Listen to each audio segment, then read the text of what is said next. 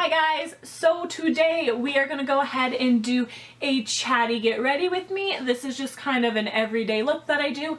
Nothing special. I'm not any kind of makeup artist. But if you want to see how I did this look, please stay tuned, and we'll also be talking about seasonal depression and how to combat that. Here we go.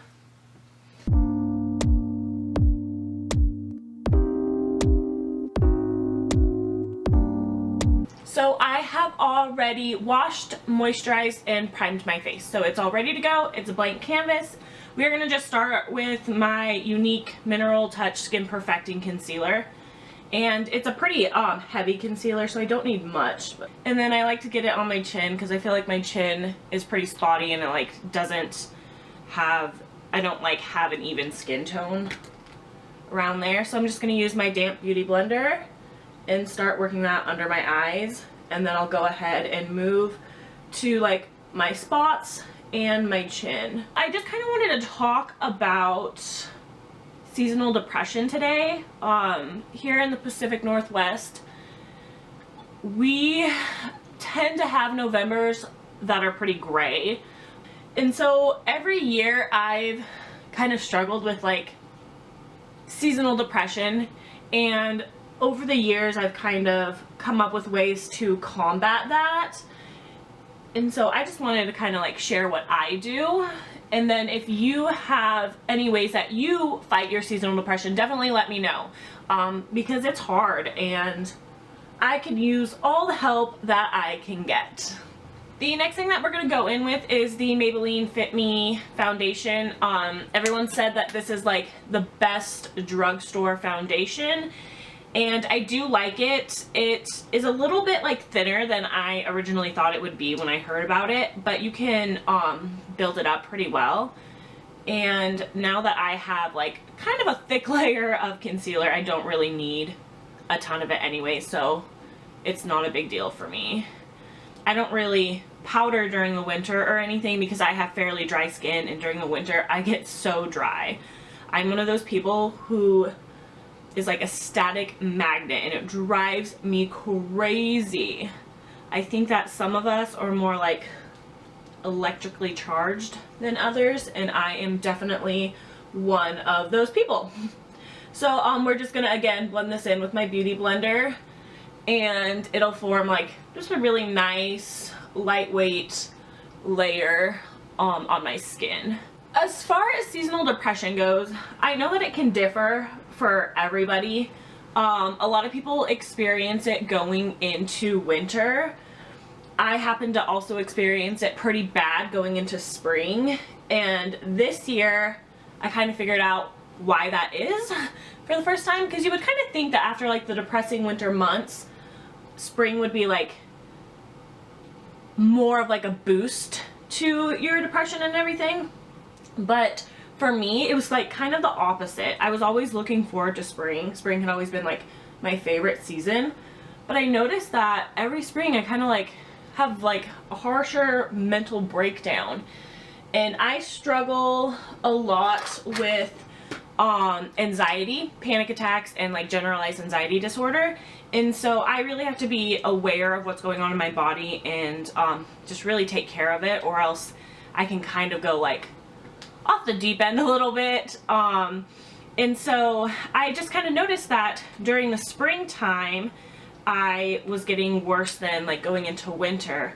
Real quick, I'm just using this Wet n Wild dual-ended contour stick. I just picked this up the other day because I do have dry skin. I wanted to try my hands at a cream contour and highlight, but I really wanted to try this because the contour shade in it isn't too warm.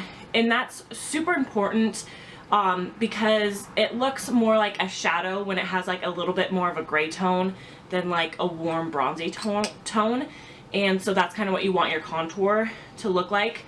I had noticed that in the spring I would normally like end up changing medications because I felt like my medication wasn't working any longer.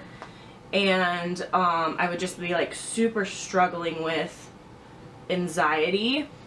And this year I had a counselor explain to me that when there's peaks in pollen, that people who struggle with like mental illness see a jump in like how they're feeling, or a crash in how they're feeling, not a jump, because it's negative. So basically the pollen ends up affecting us in like this negative way, and my counselor had worked at a crisis center and they found that they admitted more people during peak pollen times than any other time during the year. And so she just told me being aware of what's going on with my body is really important. And so that was just like kind of like a relief to find out that I just wasn't going crazy every spring for no reason, but that my body was probably reacting to the pollen in the air. So anyways, as we like transition into the winter, I just want to really take time this year to make sure that I'm taking care of myself. Last year my mom was in the hospital, unable to walk. She had GBS, and it was like a really scary time, and I thought that I was taking care of myself. And in about January of last year, I just kind of crashed. I thought I was handling everything so well, but I wasn't really taking care of myself. And so I've made a vow that this winter I would take care of myself a lot better than I did last year.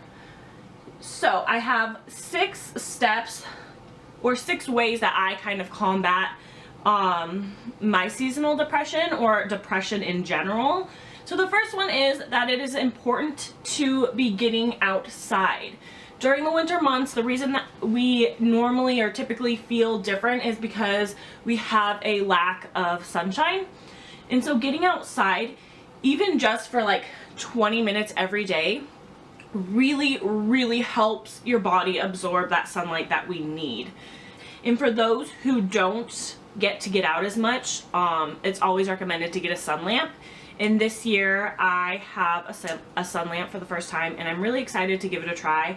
It's been something that's been recommended to me by doctors for years. Real quick, I'm just gonna go in with my L'Oreal Brow Stylist Definer. It's in a dark brown, and I don't have some amazing way that I do my eyebrows. So you can just kind of take a look and see what I do, and then I'm going to follow that up with my e.l.f. Gel, and this can be used on eyebrows or eyelashes, and it just kind of holds everything into place. And for me, it kind of softens the harsh lines from the pencil liner. Yeah, really excited to try my hands at a sun lamp this year, and I'm thinking because I'm on the go a lot that I actually will probably just use it at work. So the second thing that is recommended for anyone struggling with any kind of like mental illness or any sort of chemical imbalance, hormones, just all of that sort of thing, is to be getting exercise. Exercise is one of the most important things for us. It does such good things for our body, and like it really kicks up the endorphins. Last year around this time, I lost about like 35 pounds. I started going to the gym like in the fall, and my anxiety got so much better. I felt so amazing. I was getting better sleep. I was eating better, and in general, I just felt a lot more confident, a lot better about myself. And it wasn't just like the fact that I was losing weight, but the fact that I was exercising and my endorphins were being like kicked up a notch. If you have the chance to exercise, do so. And actually, I'm gonna rephrase that. Make the opportunity to exercise. Cut out time during your day, even if it's just taking a 20-minute walk. That's so beneficial, one, because you're going to get a little bit of exercise, and 2, you're out in the sun. And so it's a perfect opportunity to like combine both of those things into one. So the next thing that I have found to be incredibly helpful is to take vitamins. About 2 years ago, I started taking a vitamin pack that had like, it was a multivitamin as well as like some sort of grain. There's like 4 of them in the pack, and it made such a huge difference in my life. So like I said before, I deal with a lot of anxiety. I still would be so tired, and I could nap literally every single day. Real quick, I'm just going to go in with my NYX highlight and contour palette and just contour a bit more with the powder. I started taking this vitamin pack that a few of my friends had sold, and I noticed right away that I had more energy. Like, I could get through the day without taking a nap, which was amazing. But I didn't really notice like anything else that was too different for me. So about 6 months after I started taking the vitamins, I missed them for like an entire month. And guys, I felt crazy. I felt so crazy. I'm gonna go back and contour my jawline because I forgot about that. I felt literally insane, and I wasn't sleeping well. I had so much anxiety, and in 1 month my cycles ended up getting so messed up just from not being on these vitamins. Prior to the vitamins, I had actually been having like 2 cycles a month, and it was awful. I felt crazy all the time. And then after taking the vitamins, I found that that my cycles were like on time to the date. It was the first time in like so many years that I could actually like predict when my cycle was gonna come. And then that 1 month that I ended up missing the vitamins, my cycles just got super messed up again. And so it was just not fun, to say the least. Now that I have like the base of everything done, I'm just gonna jump into my eyes, and I'm gonna be going between the Naked Heat palette from Urban Decay and the Anastasia Beverly Hills Modern Romance palette. Both of these are like warm toned colors. And like I said before, I'm just gonna do like a really simple, easy, everyday look. Nothing too special. If you guys are interested in the vitamins that I specifically took, I use a brand called Neolife. I am not a promoter, but I do have friends that promote it, and I can definitely get you more information on those vitamins. Okay, so the next thing that is super important for me during the winter months is spending time like with family and friends. It can be really easy to just kind of start isolating yourself, staying indoors and not going out and doing anything. It's cold and it's darker sooner, and so you just kind of want to be home relaxing, but that can actually do the opposite of what you really want and cause you to fall kind of like deeper into that depression. And so taking time to really spend with family and friends becomes important. And then you also have people who are checking up on you on a regular basis and who are interacting with you and just kind of seeing how you're doing.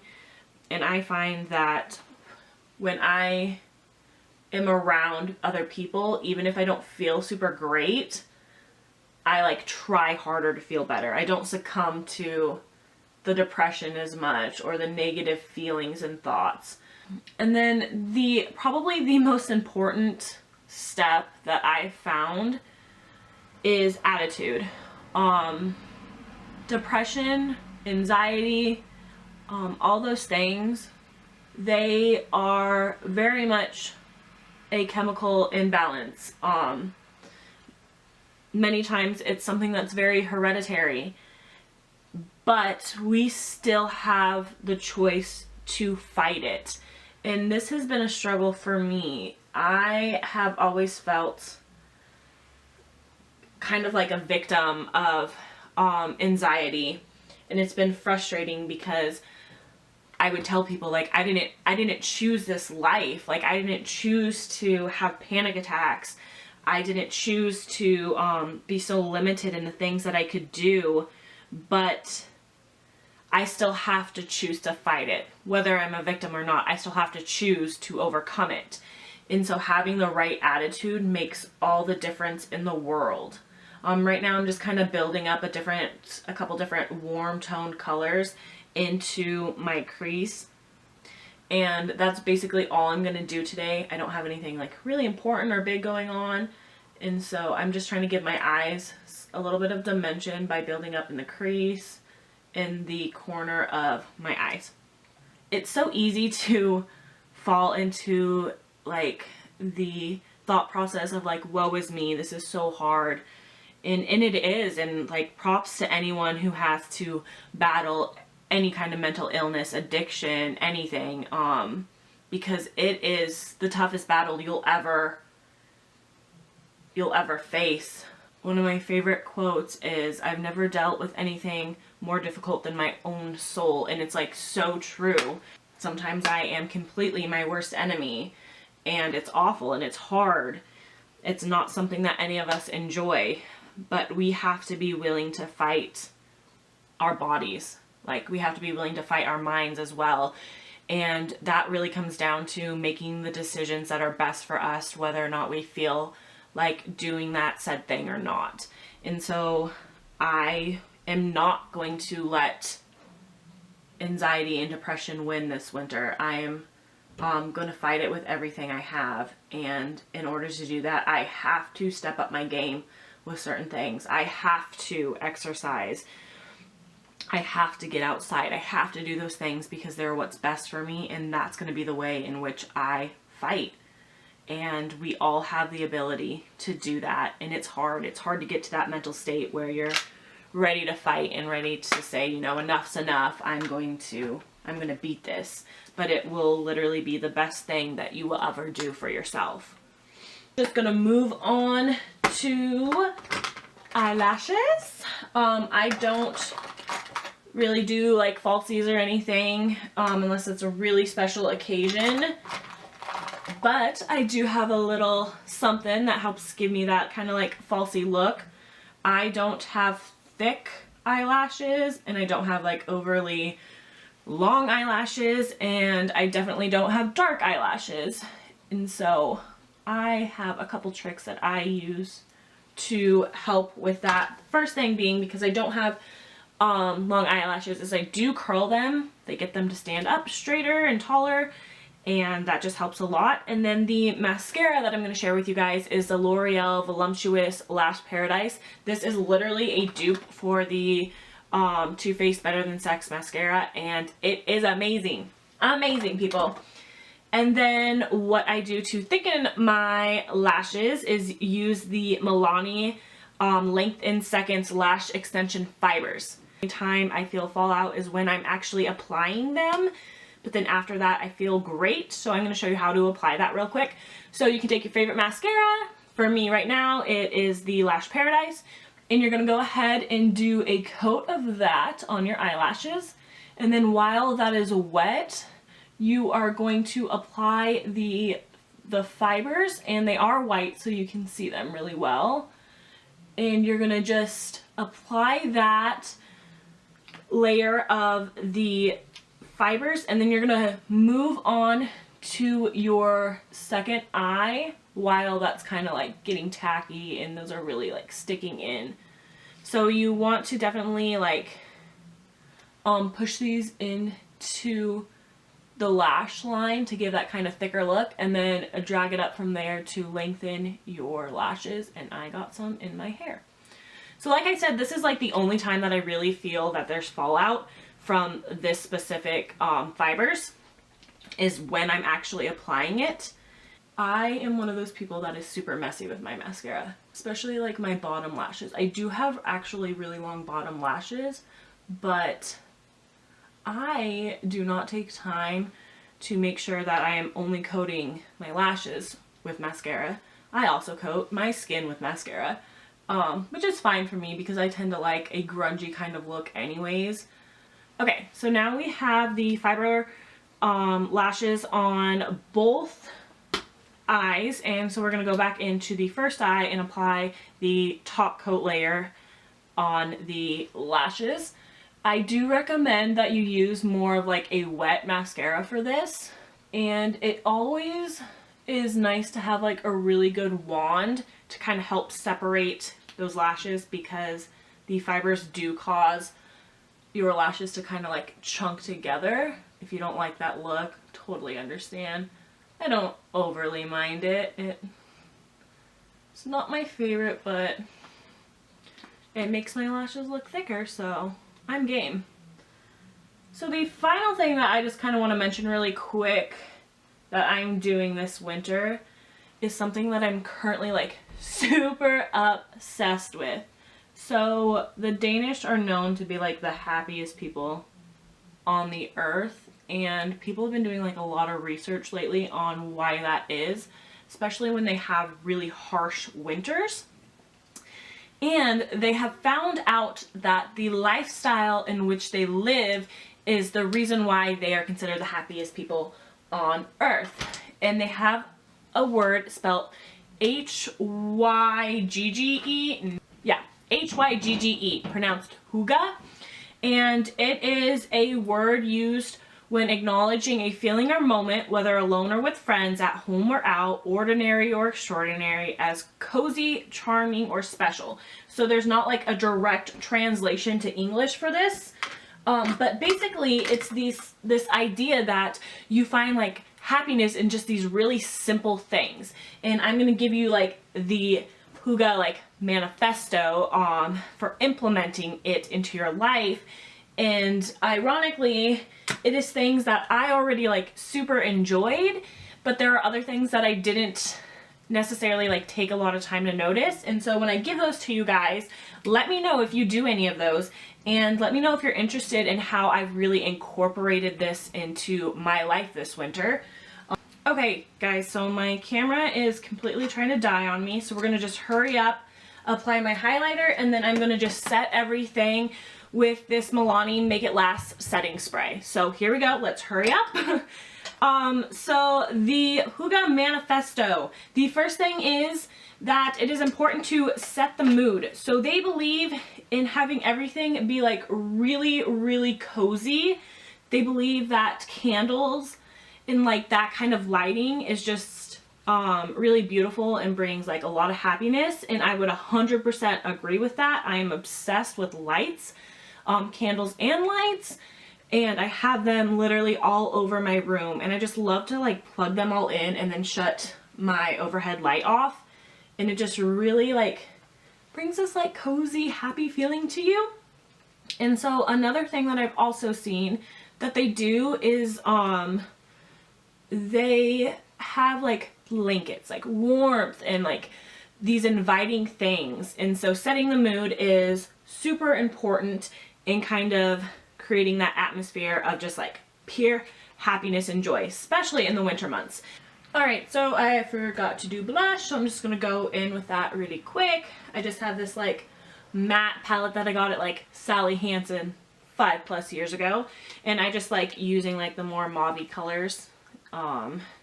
They make me happy. So the second thing about hygge that is important is to be present. So that normally means like not being on your phone and just being really active in what you're doing at that moment, whether you're with people or not.